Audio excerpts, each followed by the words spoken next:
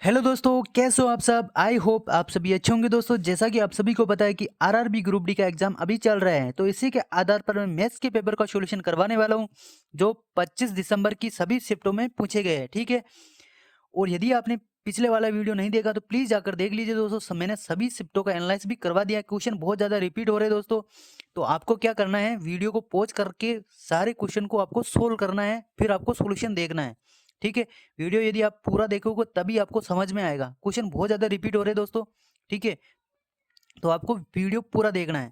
यदि आपने है ना हमारे चैनल को सब्सक्राइब नहीं किया तो प्लीज सब्सक्राइब कर लीजिए दोस्तों, और अपने दोस्तों तक शेयर कर दीजिए, और वीडियो को लाइक करना ना भूले। चलिए शुरू करते हैं। पहला क्वेश्चन है, एक त्रिभुज के कोण दिए हुए 2x, फिर 3x माइनस का 8 और 5x माइनस का 12। ठीक है। तो त्रिभुज का सबसे बड़ा कोण ज्ञात करना है। तो हमें पता है कि भाई त्रिभुज के सभी कोणों का योग होता है 180 डिग्री। ठीक है। तो इसको जोड़ लेंगे दोस्तों। तो यहाँ पे क्या हो जाएगा, 2 और 3 कितना हो जाता है, 5। ठीक है। 2 और 3 5, और 5 कितना हो जाता है, 10x। तो 10x प्लस का करूंगा दोस्तों, तो इसको जोड़ लूंगा, कितना आएगा, यहाँ पे माइनस का 8 है और माइनस का 12 है, तो माइनस का 20 डिग्री बराबर कर दूंगा 180 डिग्री के। ठीक है। तो अब घटा लूंगा दोस्तों, तो यहाँ पे आ जाएगा 10x। ठीक है। माइनस उधर जाकर प्लस में हो जाएगा। ठीक है। तो यहाँ पे प्लस में हो जाएगा, तो इसमें जोड़ूंगा दोस्तों, तो कितना हो जाएगा, यहाँ पे 200 हो जाएगा, 200 डिग्री। तो एक एक्स की वैल्यू जीरो से मैं जीरो काट दूंगा, तो एक्स की वैल्यू आ जाएगी यहाँ पर कितना, 20 डिग्री। हमें क्या पूछा गया है, सबसे बड़ा कोण ज्ञात करना है। तो सबसे बड़ा अनुपात कौन सा है दोस्तों, तो यहाँ पर ये है। तो इसको इसमें रख दो दोस्तों, एक्स का मान। तो 20 × 5, ठीक है, और माइनस का 12 कर दो, तो हमारा आंसर आ जाएगा 20 होता है कितना, 100। और 100 में से माइनस 12 डिग्री कर दूंगा तो कितना आ जाएगा दोस्तों, तो 88 इस क्वेश्चन का राइट आंसर हो जाएगा दोस्तों, जो ऑप्शन में दिया हुआ था। ठीक है। इसको ऐसे सोल्व करना दोस्तों। नेक्स्ट क्वेश्चन है 1.5 दोस्तों। ये जो क्वेश्चन है ना दोस्तों, सिंप्लीफिकेशन के, ये हर शिफ्ट में पूछे जा रहे हैं, केवल डाटा चेंज हो रहा है, बाकी ऐसे ही पूछा जा रहा है ना। तो इसको कैसे सोल्व करेंगे दोस्तों, सबसे पहले ये है ना, तो इसको ऐसे ही रहने देंगे। 1.25 है ना, माइनस, यहाँ पे ब्रैकेट है, इस ब्रैकेट को सोल्व कर लो सबसे पहले। तो सबसे पहले ये वाला ब्रैकेट सोल्व होगा। जब इसको गुणा करेंगे ना, कितना आएगा दोस्तों, 0.5 माइनस में है, और 2.5 इसको गुणा करेंगे तो कितना आएगा, 4 5 होता है 20, हासिल का 2, 4 दूनी 8 और 2 कितना हो जाता है, 10। ठीक है। और पॉइंट से पॉइंट ये कट जाएगा। ठीक है। तो अब क्या होएगा दोस्तों, ये इसको गुणा करते हैं तो कितना आएगा, 100 आएगा, और 2 पॉइंट से 2 जीरो काट दूंगा, तो यहाँ पे आएगा एक, एक यहाँ पे माइनस है तो यहाँ पे माइनस हो जाएगा। तो 2 में से 1 गया तो कितना आएगा, केवल 1 आएगा, और 1 इसमें जुड़ेगा तो कितना आएगा, 3 1 हो जाएगा 4, कितना हो जाएगा 4। अब यहाँ पे डिवाइड है, तो ये बटे हुए में चले जाएगा, कितना, बटे हुए में चले जाएगा। अब इसका भाग दे दो, तो ये कितने बार जाएगा दोस्तों, तो यहाँ पे आएगा 0, है ना। फिर 0 लगाऊंगा यहाँ पे, 1.1/4 को हम काटूंगा तो यहाँ पे कितना आएगा, यहाँ पे इसको काटूंगा तो जाएगा नहीं, तो यहाँ पे 0 उतार लो। फिर क्या करेंगे, यहाँ पे 0, तो 4 दूनी होता है, 4 दूनी 8। ठीक है।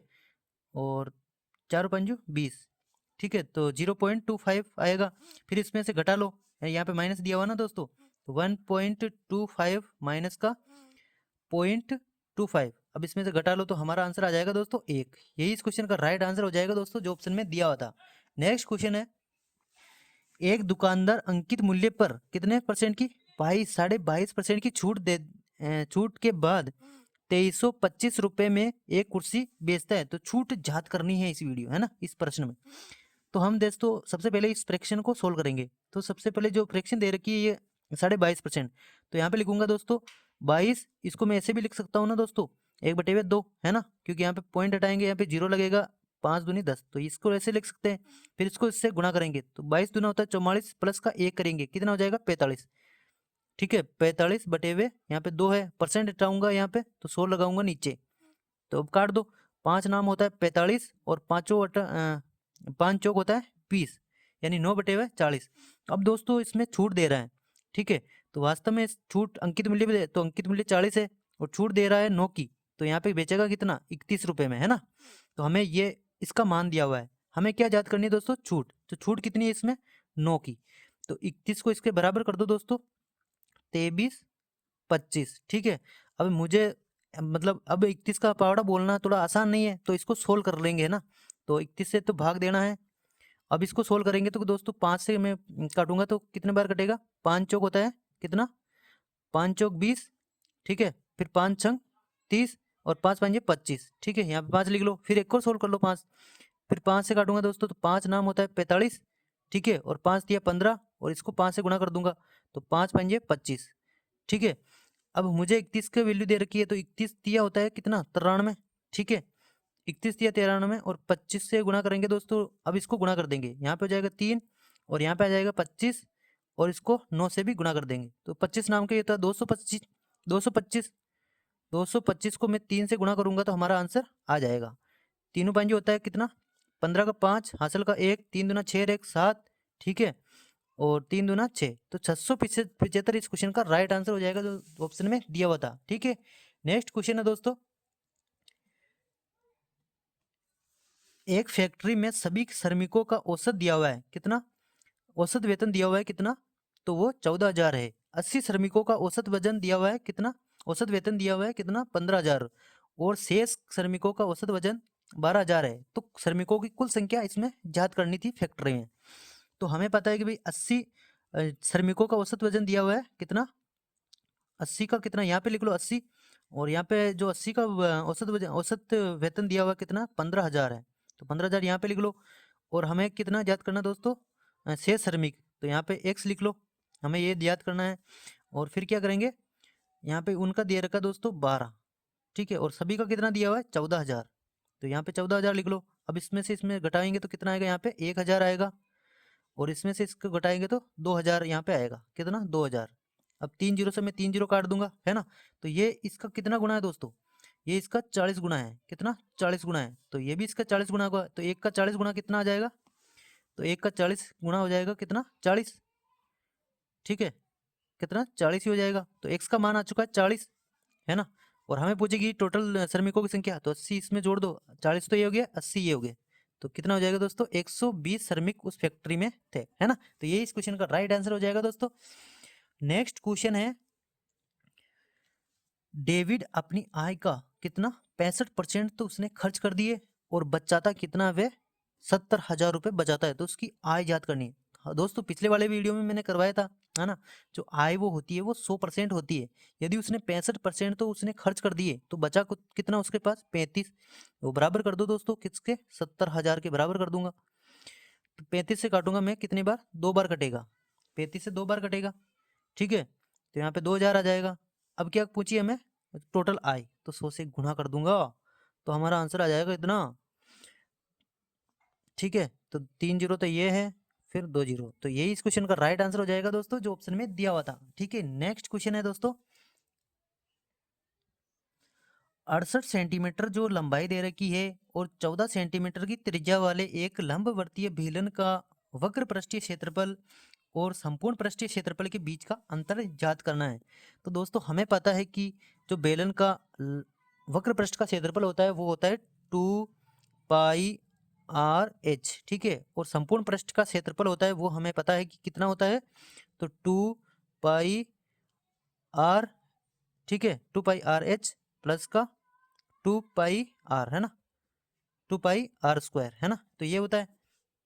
हमें पता है कि भाई अब इनका अंतर ज्ञात करना है ना, तो ये इसमें जो वक्र पृष्ठ का क्षेत्रफल है ये संपूर्ण पृष्ठ का क्षेत्रफल है, तो अंतर तो मुझे केवल यही तो दिख रहा है ना दोस्तों, बाकी तो सब सेम है। तो इसको 2πr² के बराबर इसमें मान रख दो, तो दोस्तों हमें पता है कितना मान है दोस्तों, तो इसका मान रखो, तो 2 और पाई का मान 22/7 होता है ना, और r² कितना, आर कितनी दे रखी है 14, तो 14 इंटू 14 कर दूंगा, 7 से मैं काट दूंगा इसको, 7 दूनी होता है 14, ठीक है। अब इसको गुणा कर दो दोस्तों, 14 दूनी 28 होता है और 28 दूना 56 हो जाता है, ठीक है, कितना 56 और इंटू 22 से कर दो, अब गुणा कर दो दोस्तों, 2 छिके होता है 12, हासिल का 1, 2 पंजे होता है 10, 10 और 1 11, 116, तो अब इसको वापस लिख दो दोस्तों, 2 से गुणा करना, तो 2 6 यहाँ पे आ जाएगा 1 1, अब इसको जोड़ दो, तो यहाँ पे आएगा 6, यहाँ पे आएगा 7, यहाँ पे आएगा 2 और यहाँ पर आएगा दोस्तों 1, यानी 1276 इस क्वेश्चन का राइट आंसर हो जाएगा दोस्तों जो ऑप्शन में दिया हुआ था, ठीक है। नेक्स्ट क्वेश्चन है दोस्तों, तो दोस्तों बहुत सारे भाई है ना वो कमेंट करते हैं कि भाई क्वेश्चन रियल है कि नहीं है। मैं बोल रहा हूँ कि भाई रियल है, ऐसे ही क्वेश्चन आ रहे हैं, केवल डाटा चेंज हो रहा है ना, बाकी क्वेश्चन ऐसे ही पूछे जा रहे हैं। और बहुत सारे भाई कहते हैं कि ये फेक पेपर है, तो भाई मैं उनसे पूछता हूँ जब कि भाई ये फेक है तो भाई आप ही बता दो रियल पेपर क्या है, तो वो बताते नहीं है, बोलते हैं कि भाई ऐसी बातें बताई नहीं जाती। तो वो क्यों नहीं बताना चाह रहे हैं और आपको क्यों नहीं ऐसे वीडियो नहीं देखने दे रहा है, क्योंकि उनको पता है कि वो वीडियो देख लोगे तो कट ऑफ बढ़ जाएगी, है ना। तो आप विश्वास करिए दोस्तों, तो कोई भी करवा रहा है तो जरूर सही क्वेश्चन करवा रहे होंगे ना। ठीक है, चलिए नेक्स्ट क्वेश्चन है दोस्तों।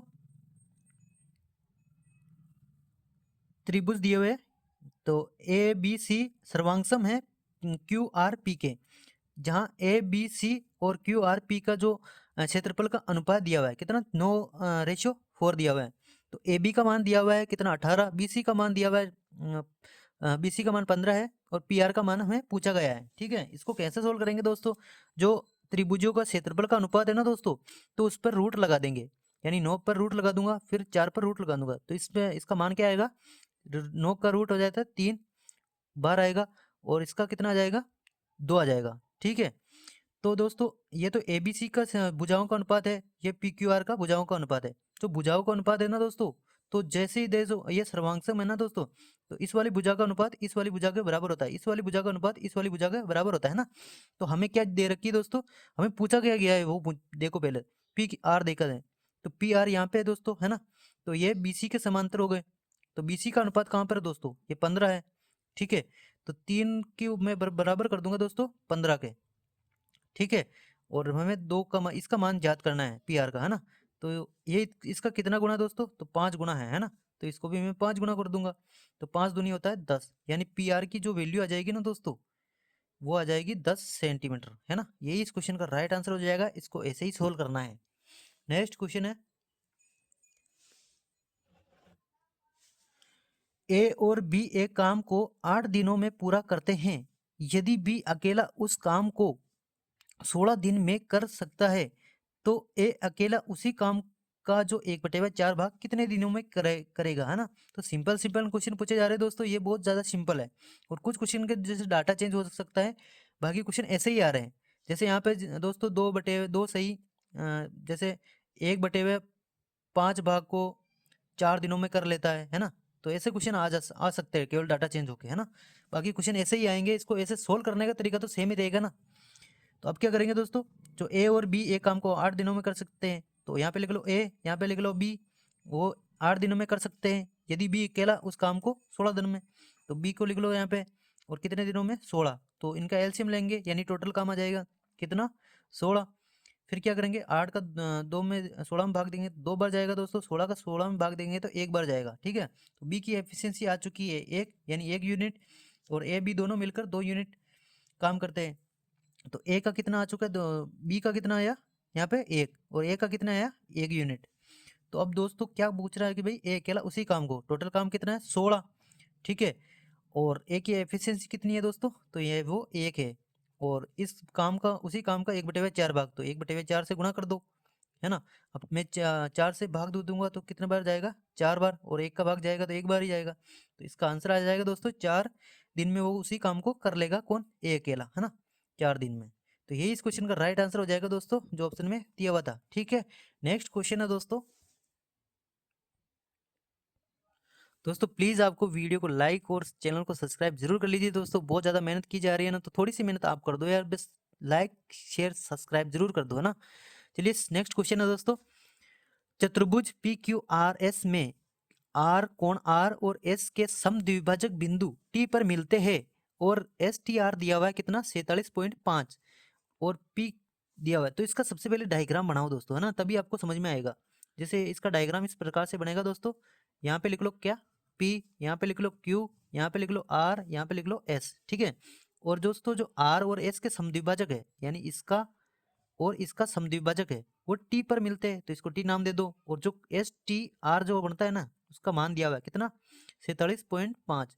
हमें पता है कि दोस्तों जो पी और क्यू का जो योग होता है ना दोस्तों, उसका आधा जो ये एस टी आर होता है ना, ये वाली वैल्यू, तो यहाँ पे देख दो, लिख लो दोस्तों, पी प्लस क्यू, है ना, बटे हुए 2, और उसका आधा होता है ये, इसको बराबर कर दो 47.5। अब 2 से उधर जाकर गुणा हो जाएगा, तो हमारा काम क्या माना जाएगा, p प्लस क्यू का योग आ जाएगा कितना, तो इसको गुणा कर दो दोस्तों, 2 पंजे होता है 10, हासिल का 1, 2 सते 14, 1 15 हो जाता है, ठीक है, हासिल का 1, 2 चौकी 8, 1 9, ठीक है, तो 95 हो जाता है ना। तो p प्लस क्यू का योग कितना आया, 95। हमें तो क्या याद करना है दोस्तों, उनका अनुपात दिया हुआ है कितना, अनुपात दिया हुआ है 9 और 10 है, तो उसको बराबर कर दो दोस्तों, ये योग दिया हुआ है ना, तो अनुपातों का योग कर लो, कितना आ रहा 19, यानी 19 रेशियो की वैल्यू आ रही है ना, वो आ रही है कितनी, 95।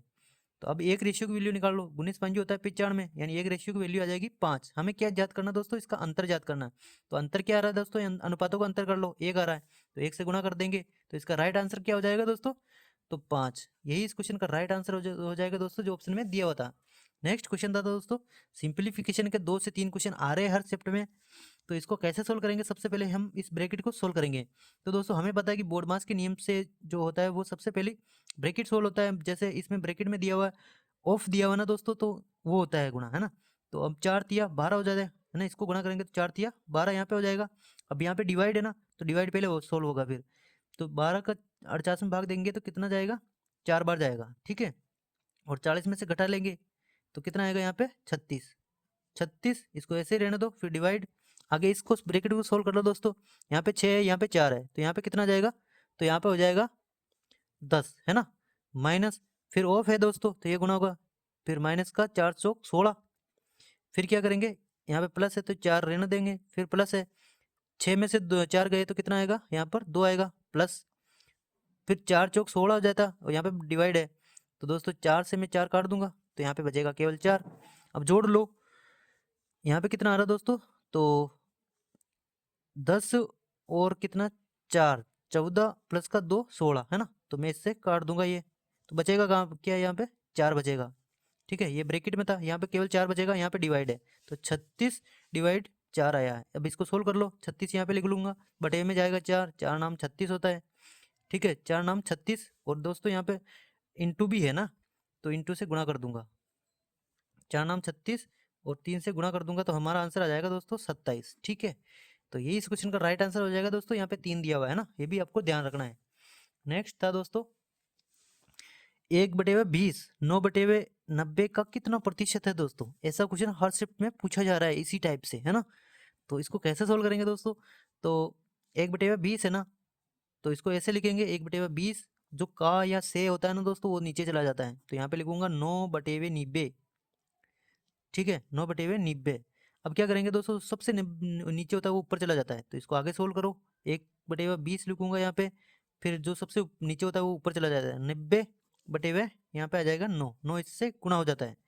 अब काटूंगा, 0 से मैं 0 काट दूंगा दोस्तों, और 9 से मैं 9 भी काट दूंगा, तो बचेगा क्या, बचेगा 1/2, इसको काट दो दोस्तों, तो 0.2, कितना 0.2, सॉरी इसको परसेंट में निकालने के लिए 1/2 को 100 से भी गुणा करना है ना, तो काट दूंगा। अब 2 पंजे 10, कितना 2 पंजे 10, यानी 50% इस क्वेश्चन का राइट आंसर हो जाएगा, जो ऑप्शन में दिया हुआ था।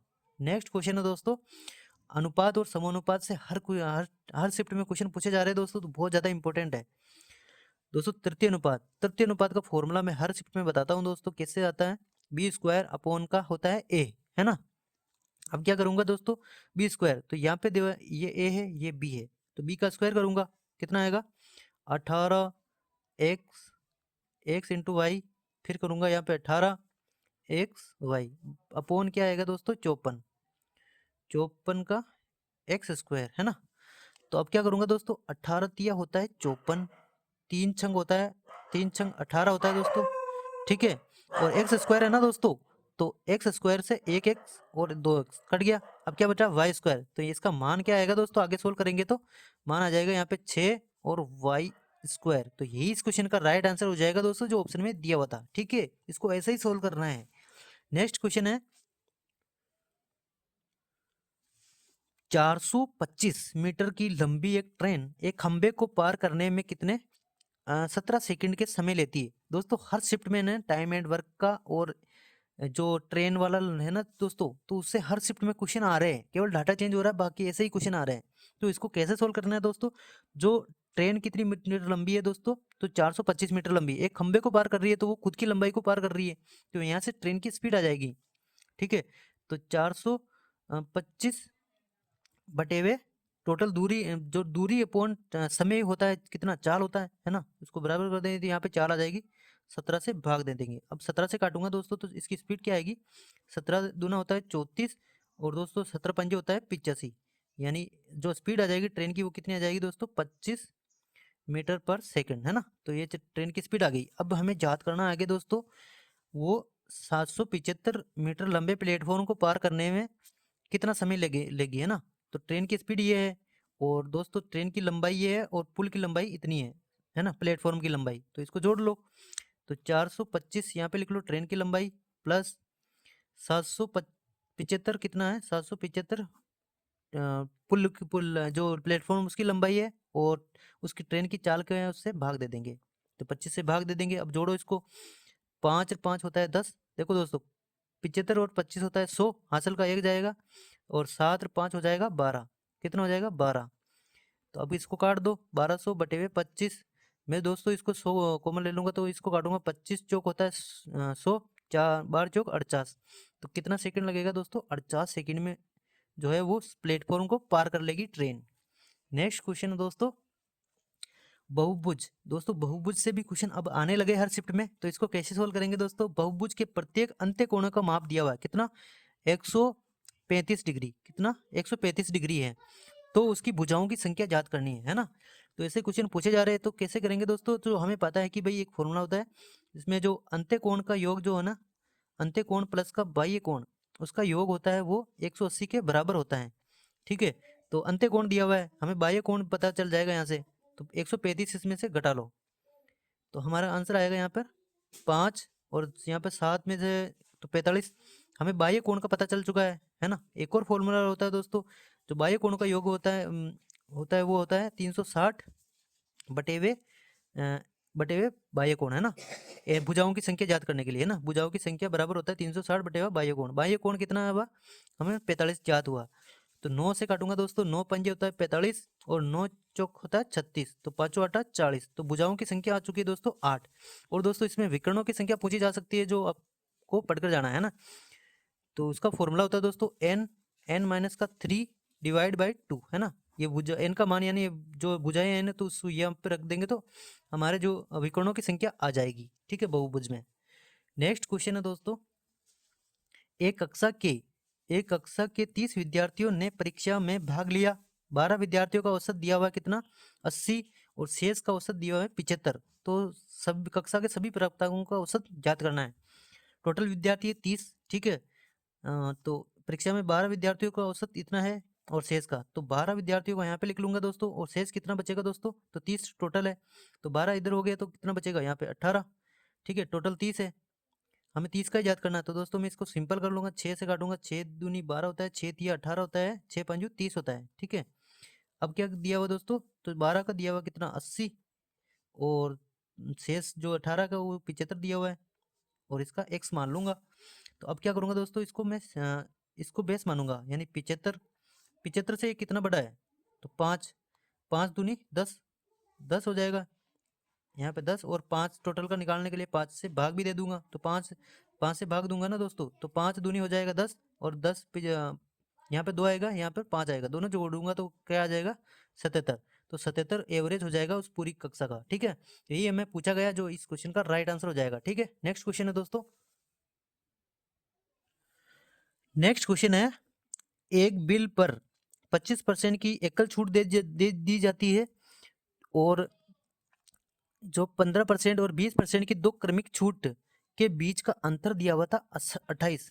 तो बिल की राशि ज्ञात करनी है दोस्तों। एक छूट तो होगी 25%, दूसरी दो छूट दी जाती है। जब क्रमिक होती है तो एक फॉर्मूला लगता है ए प्लस का बी प्लस माइनस का ए बी इंटू बटे हुए 100, ये वाला फॉर्मूला लगा लो।